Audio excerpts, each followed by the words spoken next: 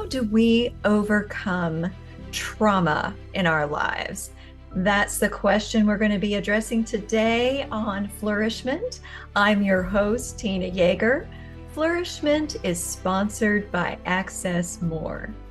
Do you want to go deeper in your faith even while you're on the go? No matter how busy the season you're in, Access More has a library of faith-based podcasts to help you grow spiritually. With podcasts from Christian thought leaders such as Christine Caine, Lisa Harper, Taryn Wells, and Bob Goff. You can hear podcasts on religion, culture, family, entertainment, and so much more. Access More gives you a safe space to find inspiring conversations about faith. Start listening today at accessmore.com.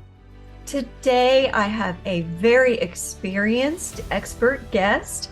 Otis Ledbetter is an author, conference speaker, and the lead pastor at Sunrise Church in Clovis, California. He has a doctoral of ministry degree from Liberty University, and he's the author of Your Heritage: How to Be Intentional About the Legacy You Leave, and Soul Hunger, Satisfying Your Heart's Deepest Longing, as well as his new release, Set Free, Released from the Damage of Trauma.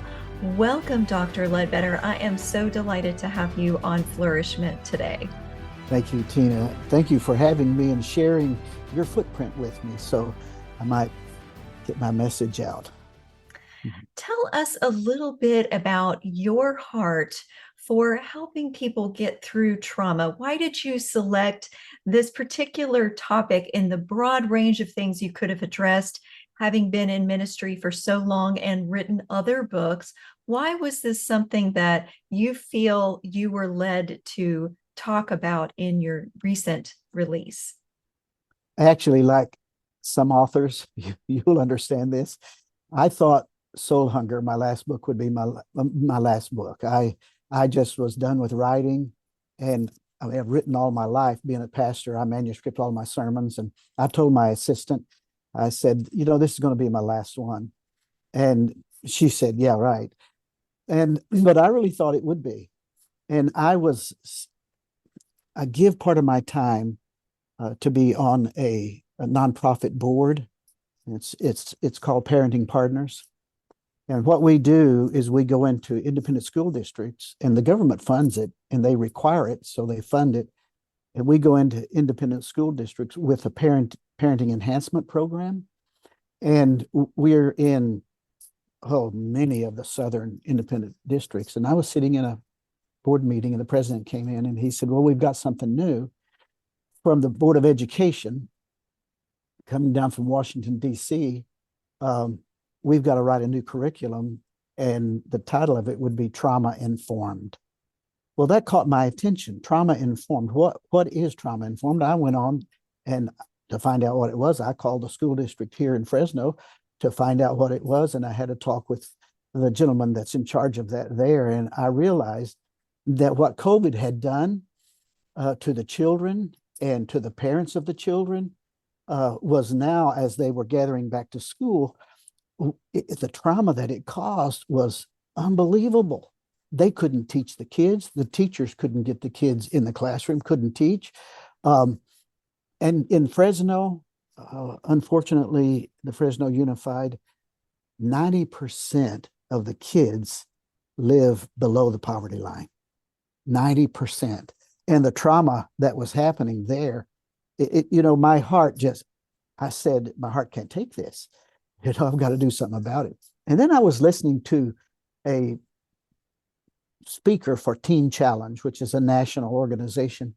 And he said it's about the only thing I took away from his talk was he has never heard a pastor from the pulpit address trauma.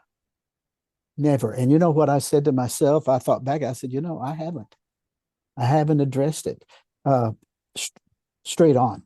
Trauma. So I jumped in, started writing a series of sermons, 10 sermons on trauma. And when I got done with it, I realized how it affected the congregation. We're a Baptist church, and sometimes when you're preaching, they talk back to you, from the audience, if you've been in those churches. But when I was speaking on trauma, You could hear a pin drop. I mean, it was silent. And it was a little bit haunting and eerie. I got more feedback from this sermon series than I have in my entire ministry. I've been at this church 36 years, and the feedback I got from it was just incredible. So I said to my wife, I've got to write the book. I've got to put this in, because if my people needed it, more people are going to need it. So I wrote the book, and the rest is history. And I'm finding out from the book, the sales of the book and all of that, this is what people want. Especially now with the rise in anxiety and depression among teenagers, even young children, and young new adults that are just emerging from high school. I feel, as a therapist and life coach, that these kids are going to present ongoing years and years of developmental related issues because their emotional needs or social needs were not met when they were isolated during the pandemic. And that can cause like a domino effect of problems and issues if it goes unaddressed. What do you make of this trend, and how we as the church can begin to respond to that? Boy, that's a really good question. And it definitely is a trend with a trajectory upward. That's the rate of suicide is just going out of sight. And every church, a church my size, the size that I pastor, it hits us more than once. Maybe not members, but people who attend know somebody. And so it's talked about, and we see it. And that's exactly the reason that I began to write the book. So in looking at it, when I was digging in, I found these things. I found that the first thing that comes along seems to be fear. That's what COVID did. I mean, it took not just a nation, it took the world into the depths of fear. And then from fear comes anxiety. And anxiety and fear mixed together create in the person a moodiness, mood swings that sometimes they don't even know why their mood is swinging back and forth, but it's because of the fear and the anxiety, which leads to isolation. And that's where I said to myself, isolation brings on hopelessness and desperation, which then leads to the thought of ending your life. And so I looked in the scriptures, and I'm a pastor. I think everything should, the Bible is the best psychology book I've ever read. It, the one who wrote it, he's always willing to talk to you. He knows the essence of who I am because he made me, and the essence of who everybody else is. And his door's always open. His sign's always out. But what he answers to us are personal. Psychology tends to group people into behavioral groups, not the Bible. It goes to you individually and straight to the heart and for what you need. And then, his door's always open and his prognosis is always spot on. And so that's why I came from a spiritual component. And one more thing, if I could just say this. In my talk to the school district, people who were in charge, they were kind enough to sit down and talk to me while I was writing this book. Let me ask them questions. Now, the thing I noticed was in the educational system, not just here in Fresno, but across the nation, the trauma-informed was going to look at two phases of trauma. One was social, and the second was emotional. And I said, but it's a three-legged stool. It's not a two-legged. We humans, it's body, soul, spirit. There's two. What's the third one? And they told me government. Social, emotional, government. I said, no, that's not right. It's social, emotional, and spiritual.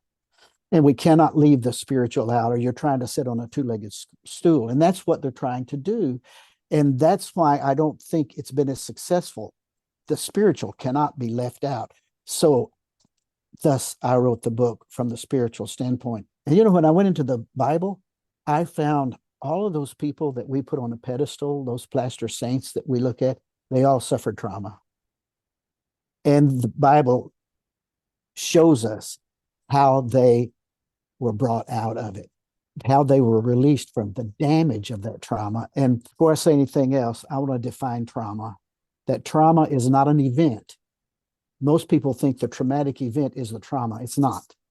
Trauma is the chronic reaction to that event.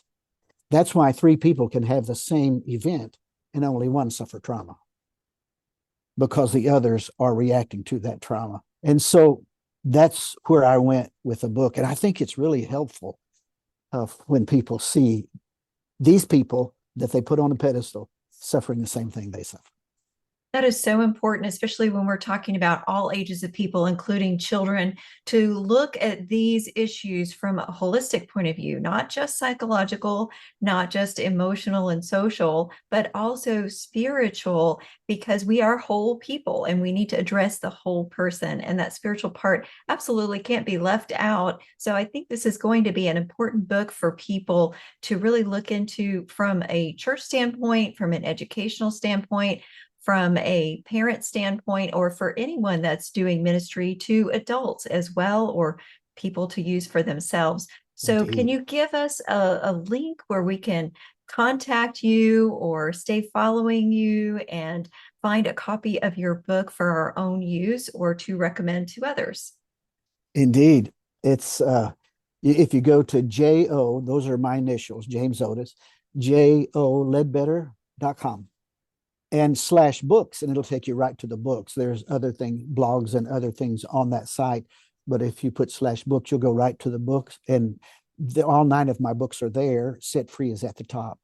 Wonderful. Now, in this second portion of our interview with Dr. J. Otis Ledbetter, we're going to dive into some of the practical things that we can do to be set free from trauma. Dr. Ledbetter, can you talk to us a little bit about why the faith community, why the church has avoided the subject of trauma, and how we can better respond as people who are believers to those who are suffering through or have faced trauma, have not overcome it yet? Unfortunately, part of our false belief about Christianity is that if you come to Jesus, all your troubles will go away. And so people who have told their friends that and their family that, when they're asked, why are you following Jesus? Why are you going to church? One of the first things they'll say is the feeling inside, the connection, and the troubles I had, they're not here anymore.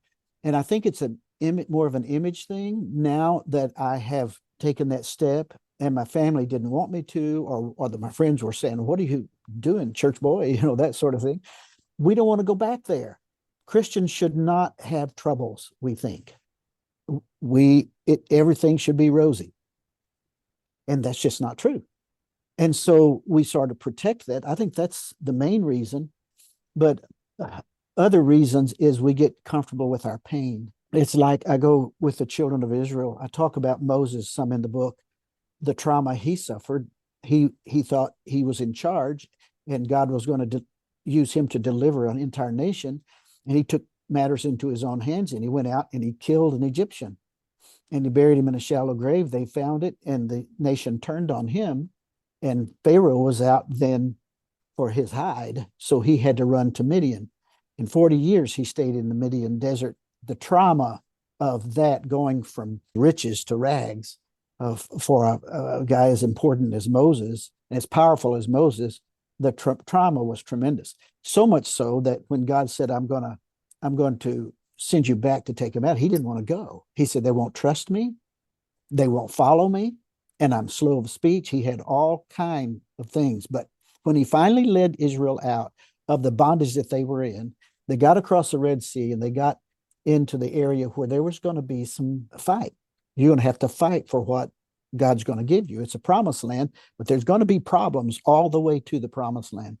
They got so confused and frustrated at what they were seeing and what they were experiencing that they would rather go back to bondage. And I think the reason they were okay with going back to bondage is because they knew the rules there. They knew how to navigate the pain. And I think that's where we are. We live a life that has caused us great. All of us have felt the sting of being wrongly accused and unfairly treated. And for some of us, those barbed memories caused a swelling of resentment inside us, and our hearts are so swollen with that trauma that we won't let anybody pull out those thorns. We're kind of like a small child who cries about the pain to anybody who'll listen, but then we won't allow anybody to touch the sore. And as a therapist, you know that when they come in, they don't want you to go there. When you hit on that sore spot, they holler, ouch, just like a doctor does. So I think that's where they are, and I think they don't want to admit it. Some will be like clouds without water, and they'll go back to, because they know the rules there, and they don't know the rules of the future yet. They haven't been there, and they haven't allowed that to happen. So I think that's why they go back, and which even causes more trauma. But Tina, the thing that I think I would really want your listeners to grasp is that we need to learn to live vertically in a horizontal world. We live horizontally. And with that trauma, that the definition of trauma is it's the chronic reaction to that event. That's what we do. And we have a chronic reaction, and then another event happens. And then we have another chronic reaction to that, the other, and another event happens. And we have another, and we live horizontally, and we have these emotional flashpoints and all of that. And we get down here, and we're so confused, we really don't know what to do. And I think Janet Levy probably defined trauma the best I have ever seen. I don't want to get it wrong. So if I could just read what she said. She's a therapist and a psychologist. She said, trauma fractures comprehension as a pebble shadows a windshield. The wound at the site of impact spreads across the field of vision, obscuring reality and challenging belief. And that's what they have all the way down. Their field of vision has been blocked by the trauma, and their beliefs have been challenged. Reality has been challenged. Particularly anxiety brings on a fog. The fog that it brings on, you really don't even know how to react. You can't see anything. When the fog clears, then you've just got a pileup of cares, and you don't know what to do with it. And that's what trauma has brought. So the Bible, with Mary and Martha, he talked about the trauma of death, that loss. With Job, he talked about the trauma of anxiety. The first 3 chapters of Job are heavy with it. He lost everything, children, everything except his wife and his life. The next 27 chapters are questions he was asking to try to find, how can I live with this trauma? And then he talks to God. That's anxiety. And when it comes to moodiness, there's nobody was moodier than little Joseph, who tortured his brothers with saying that one day, you're going to bow down to me, and all of that. So much so that they sold him into slavery. And when he went there, he got in prison. I mean, the trauma that happened in that young man's life is incredible. And the mood swings that he had were incredible. And God tells us about it. And then isolation, Elijah after Mount Carmel, his life was threatened. He and his servant ran, and he left his servant. You said, you stay here. He went another day's journey, got under a broom tree, and thought about suicide. He said, God, I'm no better than my ancestors. Just take my life. And what isolation does. And then all of that leads to lying. When we had fear and anxiety and mood swings and isolation, there's no safe place anymore. And lying helps us find a safe place. That's what Peter found out when he tried to kill the high priest, and he only got the ear of his servant, and he saw the most powerful being he's ever met led away in chains to be crucified. He walked from a distance, and 3 times he lied about himself. He needed that safe place. You're a Galilean. We know your speech your speech betrays you. And he swears, I don't know the man. He needed a safe place. He went out and wept bitterly, and the things he did afterwards were incredible. But that's what the trauma did to him. And I think the number one problem when it comes to trauma, to getting over trauma, is, I say in the book, yourself. You get comfortable with the rules. You live like you've been a rugged individual. You've lived your life. You've overcome them. You've made semblance of maybe a success, some, and that person just doesn't want to go back. And so they'll live with it. Now, saying that the problem is you is not a matter of shaming people who've been through trauma. I just want to make sure that we clarify heavens, that's not no. where you're coming from. Just in case somebody listening might get that impression, what you're saying is the solution lies within you so that you can begin to overcome those patterns of needing to self-protect and isolate because of fear and defensiveness. Is that right? You said it better. You said it better. Exactly. So when we're talking about overcoming those fears that cause us to isolate, I think it's interesting that you talk about this from a spiritual perspective, because with fear and with the woundedness of trauma, when people isolate, all of those things keep them from the very thing that could be most healing, and that is fellowship and God's love through fellowship to bring them healing. How can we as believers do better at reaching out? I know years ago when I was in my 20s, I took a class at my church on how to be more caring to other members of the congregation. It was kind of a lay counselor sort of class, but not really called counseling. Are we able to do better as people who are believers by learning more about being trauma informed, just as lay people, to be able to respond better and love people? I think church people, believers, and even those in ministry are afraid to approach survivors of trauma because they don't know what to do. Yes, and one of my seminary classes, it was required to read Larry Crabb's book on connecting, and it was one of the best psychology books I've ever read. Larry has a 25-year successful career as a clinical psychologist, and in his book, he addressed this very thing. And coming from a person like him, it was just so comforting to me. I'm not a psychologist. I say that in my book. I'm not a medical doctor, and I have chosen not to be licensed, because out here in California, if you are, you're limited with what the Bible says about certain things that you can cover. And so I don't want any governing body to tell me what I can and can't draw out of the Bible to help somebody with. So I haven't gone there. But I've had 54 years of counseling. When I read what Larry Crabb said, and I want to say this in the context of how he said it, he's not trying to put down his position as a psychologist. He's just saying what he said is, most of the people who come for need counseling, who come to other people for advice, don't have a psychological disorder. He said they're just disconnected souls. And so what he's saying to the average layman is, if you know your Bible good enough, if you deal in the truth, and if you keep your eyes open, there are people in your church, at your workplace, that are going to ask you for advice. And they don't have a psychological disorder. If they do, you point them that direction.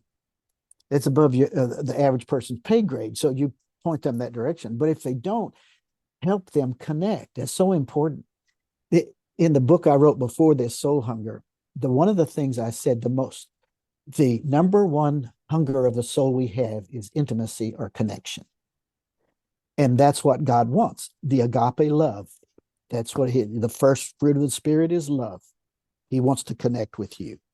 And so, yes, we can. And kudos to your church for training the laity to be able to find those disconnected souls and help them. Would you say that your book, Set Free, would be a good resource for those in ministry to help their lay people and congregation members and ministry leadership team members be able to respond better to trauma? That's one of the reasons I wrote it. And that's one of the reasons I pulled the characters out of the Bible, because most of the people here in my church, they understand the characters of the Bible. And so they can go there and say, well, what about this person? This person, I have anxiety. Well, let's talk about Job. Well, I'm really fearful. Hey, let me talk to you about Mary and Martha. They lost their brother. They didn't just lose their brother. They lost their future.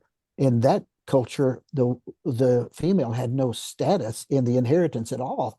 So she would have to get remarried. She didn't get the inheritance. So they lost a brother in death, but they also lost security. Oh, that's fearful. You talk about fearful.